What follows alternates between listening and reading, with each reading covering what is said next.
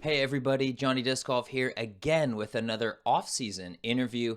This time with Missy Gannon. How you doing, Missy? I'm great. How are you, Corey? I'm doing solid. It's hard to complain. I'm in my new office. We moved into a new Nice. place here in San Francisco about 2 months Sweet. ago, so now I have my own little space. But Nice.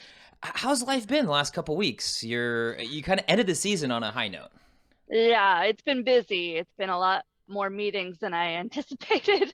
I don't know why. I should have realized that was going to happen, but Mm-hmm. it's it's been good. We've been spending some time in North Carolina and instead of going back to New York and Sure. staying there. So it's been nice like when I'm not having a meeting to go play some disc golf in some nice weather and do all that. Was that a plan kind of coming into the off season, or did you found yourself there at the finish like, are we just gonna stay here? Yeah, I think we started talking about it, Tom and I, like towards the last third of the season. We were like, it was hard to get out of New York last year, Mm-hmm. really just because of weather. Sure. So, we tow a camper and it was kind of a weird, there was like a back-to-back snowstorm, so it was just like perfect timing at the wrong time last year. So it might not have been the same this year, but we just knew we could be more productive and with being able to practice more and Mm-hmm. train more. I kind of, like you said, I left on the high note, so I needed to like kind of keep my skills refined and going. I didn't want to have to settle in the cold and just like putt inside. So Sure. No, totally.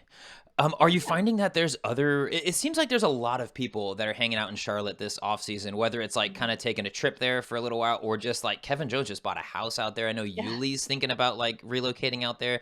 Have you been yeah. able to touch base with other people? You kind of just been keeping to yourself. Kind of keeping to myself. We actually are not around the Charlotte area. We decided to kind of check out closer to like Raleigh, Oh. Durham, Chapel Hill. And there's a lot of great courses out here as well. Mm-hmm. Yeah, so I know that a lot of people are hanging out in Charlotte, and I mean that's a great place to stay if you're a disc Yeah. golfer, so makes sense. But we kind of were like, well, let's get out of there and check out a different part of North Carolina, which also has great courses. So Sure. yeah, I haven't talked to anybody really about that, but yeah, I mean, talking to Paige, she just bought a house in Pensacola, and Mm-hmm. obviously the Oakleys are down there. So like, yeah, we're planning on going there after in January some point. Oh, that's great. So yeah. Yeah. So you mentioned that you've been in meetings galore. Um, is there anything that you can like tell us about what those meetings are for? Are they with Discraft? Are they with maybe new people? Like where is that at? It's with everybody. Like I mean not everybody, but no, I mean yes, Discraft, I'm very happy with them and they I'm working with an agent. Mm, So that's sort of like the thing this off season it seems. So that's just also having a lot of meetings with them and sort of going beyond just sort of Discraft sponsors and mm-hmm. talking about what other kind of organizations I'd want to get involved with. So it's just a lot of new things that have never been used to. So just balancing all of that, but really wanting to be involved in it and play a role in it as well Mm-hmm. because I'm not somebody that wants like 18 million sponsors. I want to actually have sponsors that I believe in and that I feel like I can represent in my soul. So, I'm maybe taking it a little bit more seriously because I don't want to just be like, yeah, okay, I'll take them. Oh, I'll take them. It's more important to me than that. Totally. And I actually love it. It's like the opposite of the NASCAR effect, right? It's just like Yeah. a couple people you really resonate with. This has got to be very, you mentioned it like a new process, but this has got to be like quite new. I've been watching you, play on tour at least pretty much as long as I've been on tour. You've been right there with me. And it seems like now it's all taking a step up, from the Disc Golf Pro Tour itself, outside sponsors coming in to yourself, finishing on such a high note. Like, Mhm. what has this, are you enjoying it? Does it feel like, oh gosh, now I have to do a lot of this stuff? Is it an Yeah. exciting new set of events?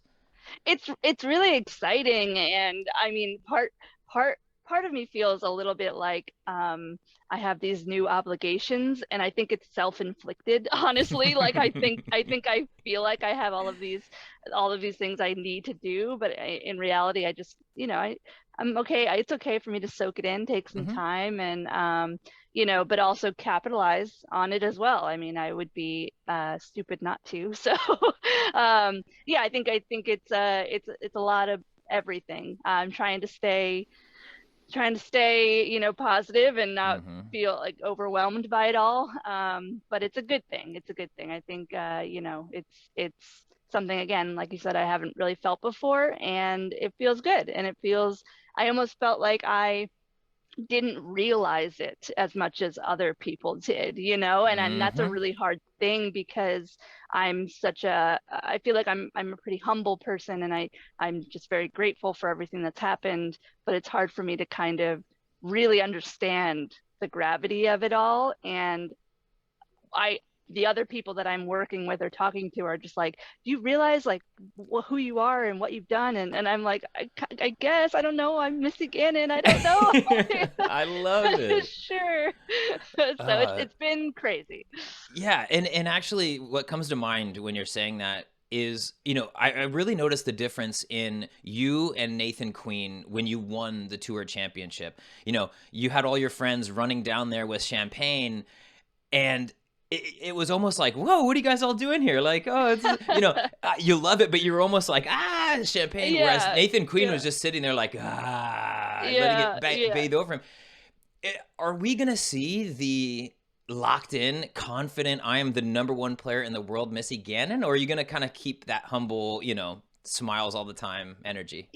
Yeah, it's funny because I am a humble person, but I'm also very, very I'm very Hmm. competitive. Yeah. And people that know me really well and have seen me do other things like a board game or cornhole or something, that it comes out. It definitely comes out. So I'm yeah, when I'm playing a game or doing something competitive, it's a whole different beast inside of me. And I think part of the thing that, like, I even noticed the difference too between Nathan Queen and he's so pumped and he lets his emotions out, and that's just how he was feeling in the moment. You know how he was feeling, and you could see how I was feeling as well. But I think part of my success is being super level. Like, Hmm. maybe I want in my body, I want to do the fist pump, but it's not me, right? And it's like I feel like I'm better if I just, okay, good, I made that putt. I should make that putt. I'm done. Let's go to the Hmm. next hole. Like, it's just a different style. And yeah. Well, I always feel like I'm the best out there, but yeah, I just maybe display it in a different way. Well, speaking of you displaying, that energy, that joy, that passion, I think back on the ESPN broadcast, and I want to talk about this a little bit because you threw your tee shot on hole 18, Hmm. and if you watched the ESPN broadcast, you noticed there was a little sequence where we were kind of on you, and Yeah. you let some tears out. Could you uh maybe take me back to that moment and what was going through your mind? Where were you at? Tom was there. It was a great moment. mm. Yeah. Yeah, I was kind of surprised by that myself, because it's sort of, again, it wasn't something that it's not really I'm a pretty emotional person, but Hmm. it wasn't something that I typically ever feel like overwhelmed by, any emotions when I'm playing disc golf. But for some reason, especially after the tee shot, and obviously after 17, after maybe even 16, I was like, okay, this Hmm. is mine to win. But I don't know, there's always that, like, I can't think too far ahead, right? So, like, I didn't really feel like it was mine until I threw the tee shot on 18. So I think in that moment I was just like, wow, like, I did this, like, and I did this, like, handedly. Like, I was Hmm. just like, what? How? Like, so I think it was just like, I even told myself when I was after my tee shot, I was just like, all right, you still have to throw your approach shot. Like, get over yourself. Like, go. So I think it was just a lot of things, you know, a lot of emotions. And for me, it was my last event. And I knew it was going to be my last event of the season. So I was like, what a way to like finish. And I was just proud of myself. And yeah, that's really Yeah. all. No, but it was a special Yeah. moment, and I actually like. I mean, I was in part of the editing for that, and I saw it multiple times, but I watched it on air, and I kind of like had a tear. I'm like, I shot this shot, and I'm having a tear Yeah. right now. It was a really like special moment, I think, for everyone involved, whether it was the people behind the camera or watching or playing. So, I Yeah. appreciate the whole thing.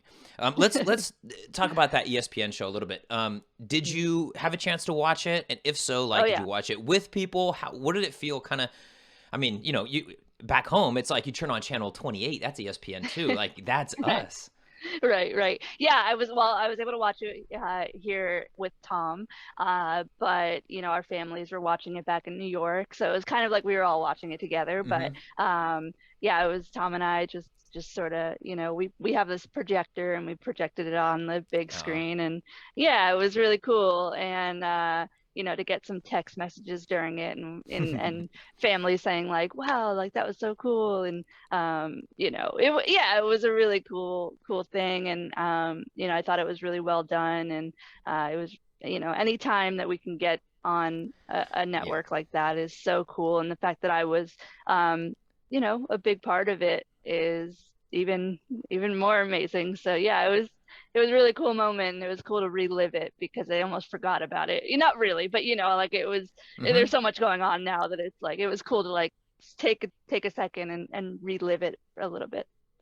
No, 100%. And let's talk about the season as a whole a little bit.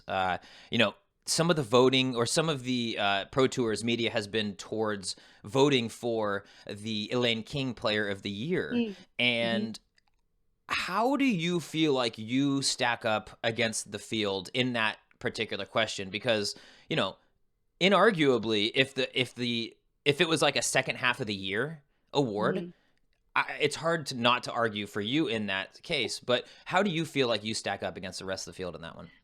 I mean, 100% I feel like I'm the most improved player. Like hands down, you know, that's the one time where I was like, no brainer, like Yeah. obviously.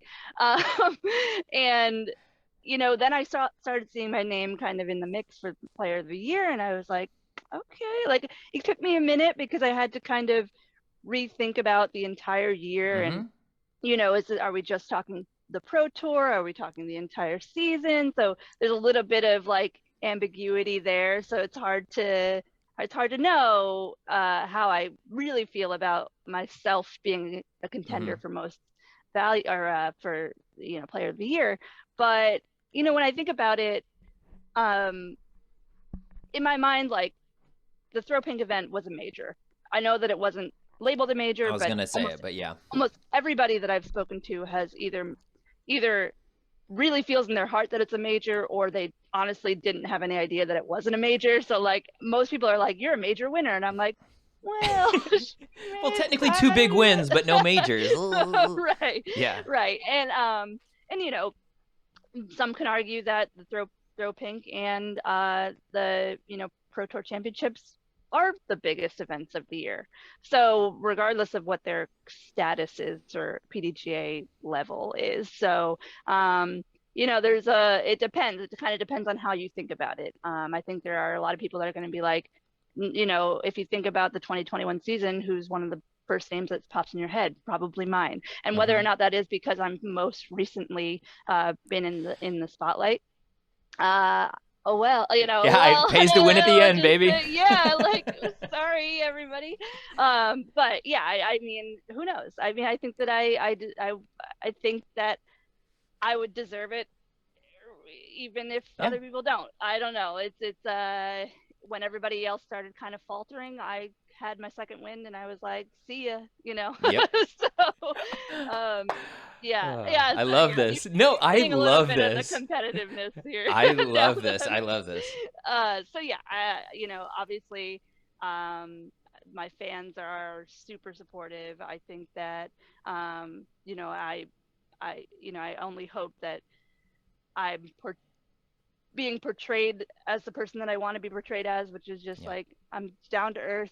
I want to win, and I love the sport, and I don't know. I'm sure I'll get some haters soon, but at the moment I haven't found any. So, I maybe refuse I'm to gonna believe jinx there's a Missy myself. Gannon hater. I I refuse mean, to believe it. I'm surprised, man. I check my messages. I see people messaging me, and Oh, golly. nothing has ever been, surprisingly overly, hatery. So, whatever. I don't even care. Be my hater if Yeah. you want to. I'm not gonna care anyway. But, yeah, yeah, we'll see. I would own it, and I'd be proud of it if I ended up becoming, the player of the year. And, yeah, Well, thank you. like you said, no, like, yeah, well, the acceptance speech already. Dang, it's like that. No, but I do.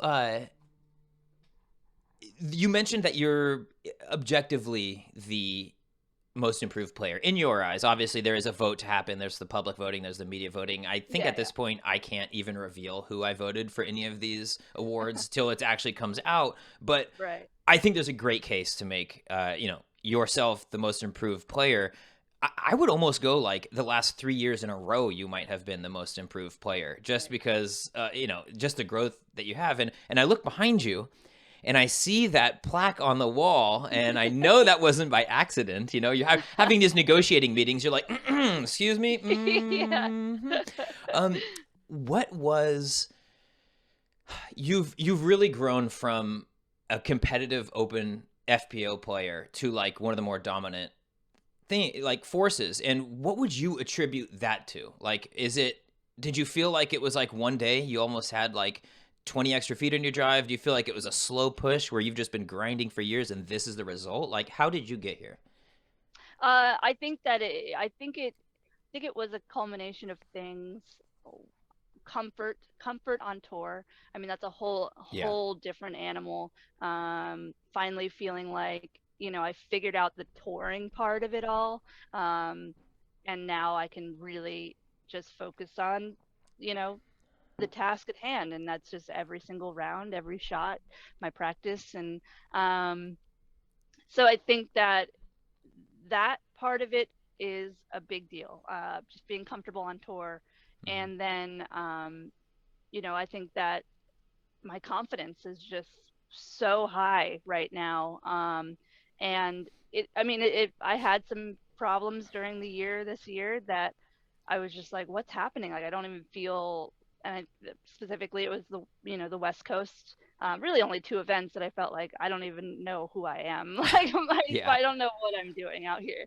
Um, but then, I took a little bit of time before Worlds, and I kind of, changed up my diet a bit and started just taking things a little bit more seriously, and Mm. um, less expectations. And so I think my overall growth as a touring player has just contributed so much to my success. And having really solid sponsors that don't make me think about anything else besides Yeah. playing disc golf and performing helps as well. The grind was real back in the day, and now it's like, okay, I don't have to worry about, like, oh, if we have car troubles, like, we'll be able to fix them. Mm-hmm. Like, Yeah.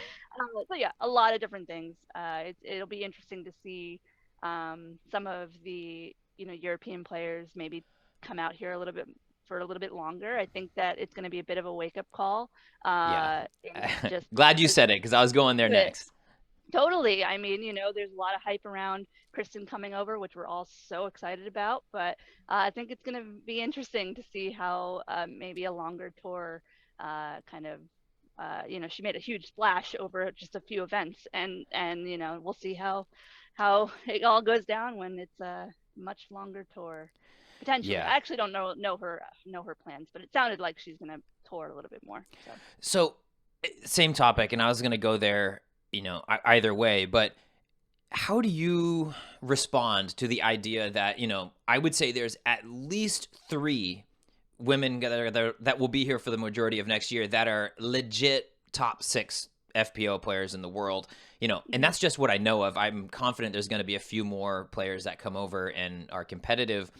How do you personally respond to that? Like, do you feel that as like exciting? Do you feel like, oh gosh, well, we had a last season was our season to make a run, or Right. like how do you respond to that? No, yeah, I'm super excited. I'll always take more competition, and I think that me personally, when I found myself on the cards with uh, some of the higher, some of the best players in the world, when I found myself on those cards with them, I feel like my game just sort of elevates to Hmm. the same level, if not, higher. Yeah, I mean, I will always welcome more competition. Like I said, I'm very competitive. I'm not going to be scared of it. I'm going to be like, all right, well, Hmm. let's do this. Let's rumble. Um, yeah, I'm super excited. It's gonna be Yeah, great. I can't. I mean, we cannot, as an FPO division, be upset with more women coming to play, exactly. especially the talented, the ones that are so talented, and they deserve a shot at at the tour like the rest of us. So we are really fortunate the you know as Americans in the U.S. to have such a huge tour, and the Disc Golf Pro Tour just taking it to such a new level that, yeah, we want to share the love with everybody else. Yep. No, I love it, and I cannot wait. I've been clamoring for it. Like, get the Europeans back over here. MPO, FPO. I don't care. We just need more good players. Hmm. Um, if you do go on to win the most improved player, which I think it's reasonable to expect, uh, who is your pick for next? Who in your eyes might be a player for next year's most improved? And if you don't have an answer off the top of your head, it's totally fine. This is just something that is interesting to me, coming from the Yeah, players who's out there. You see a lot of these players. yeah. That's really difficult. I honestly, I think the other people that were up there with me when, they did that little Mm-hmm. check-in were Haley King and Heather Young and Maria Oliva and, Kona Panis. And I'm sure some people were like not far behind. But I don't know. See, like I've been touring with those women for the past, Mm-hmm. 3 years that we all kind of feel like we've been killing it in some way. And so Yeah. like it's like any of us could be the next player of the year or most improved player. So uh, I honestly, it's a toss up, man. But Yep. I almost feel like I almost feel like Haley is past the most That's improved player. exactly like she'd No, have to go up 20. You know what I mean? Like, yeah, yeah. right, That's kind of where I'm at too. I kind of right. am looking at like Maria Oliva, who hasn't really Hmm. been like on full time tour for too Yeah, long. She's got yeah, a lot of game and a little bit of yeah, refinement. Is would put yeah. her right there. Totally. And I think with her plans with, she has a van, she's building that out. So she's obviously gonna hit the tour pretty hard again. Mhm. So yeah, totally. I think that she would be a cool name to see up there for sure. Yeah. So a little bit about your next season plans. Where do we go from here type stuff.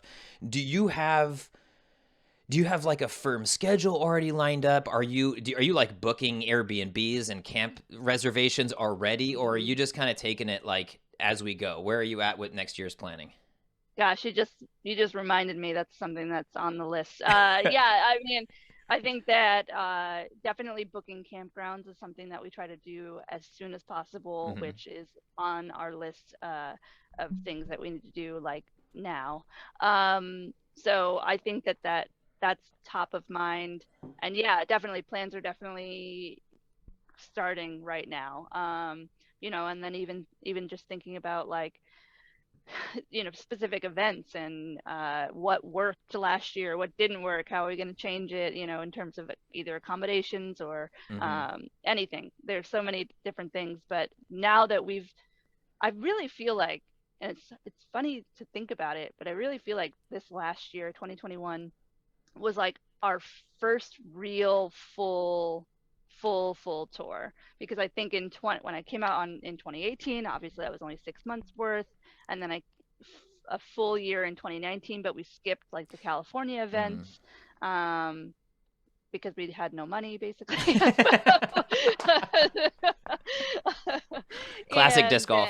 Yeah, and then 2020 was 2020. So yeah, this was really our first like full-on tour. And so now we kind of have a really good handle on exactly what to expect at almost every event. And so yeah, it's going to be a little easier, I think, this year to plan. Sure. And then what about goals? Like, are you like a write down your goals before the season type, or do you kind of just don't even have any expectation or goals and just play it? Like, how do you go about, setting goals, achieving, and, planning?